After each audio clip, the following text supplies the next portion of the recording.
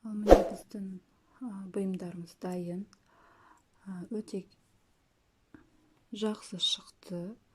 Ешбір көпіршіктерсіз, немесе басқа да бір дефектсіз шықты. Әдемі жылтыр болып. Және осы бір маған ең ұнайтын фурнитуралардың бірі. Бұдан біз сырға және алқа дайындауға болады, немесе сырға және түйреуіш. Қазір мен сырғаны жасауын сіздерге көрсетемін. Алдымен мұндай швенза аламыз. Бұл швензалармен жұмыс істеу үшін бізге арнайы құралдар керек. Яғни круглогубцы, немесе осындай түрінде алуға болады. Мұндай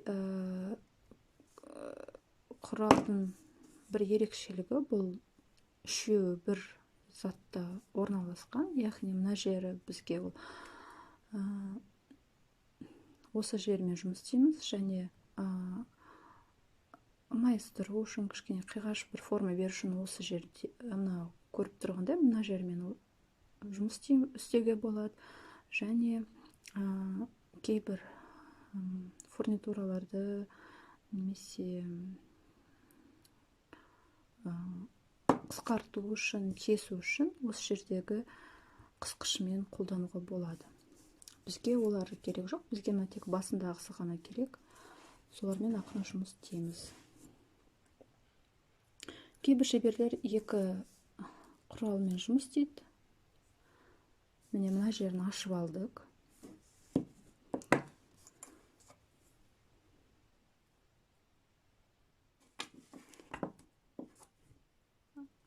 Ақырын ғана фурнитурамызды саламыз.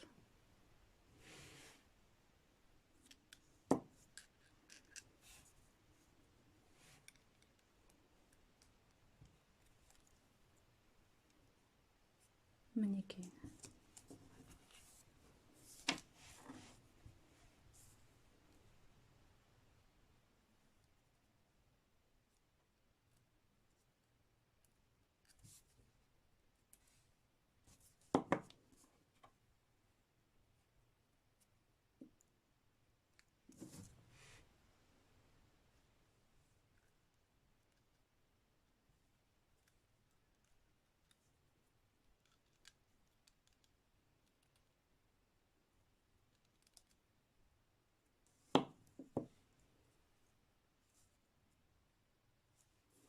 Мінекей біздің сырғамыз дайын болды.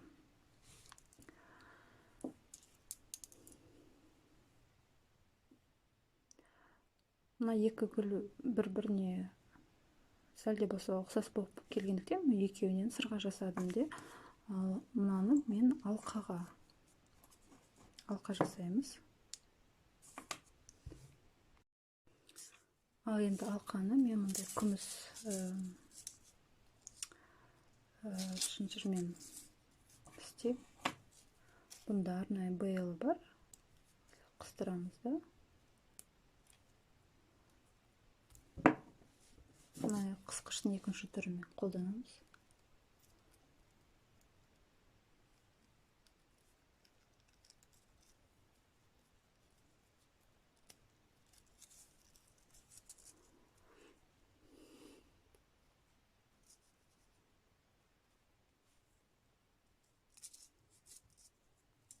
Мінекей, алқамыз дайын болды.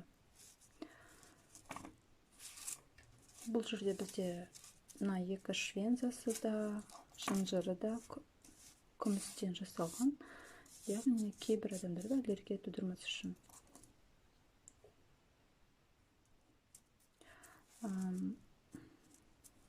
Бұл фурнитурадан мысалы түйреуіште жасап көруге болады. Танымашық, немесе брошка деп атаймыз. Ондай да істеуге болады.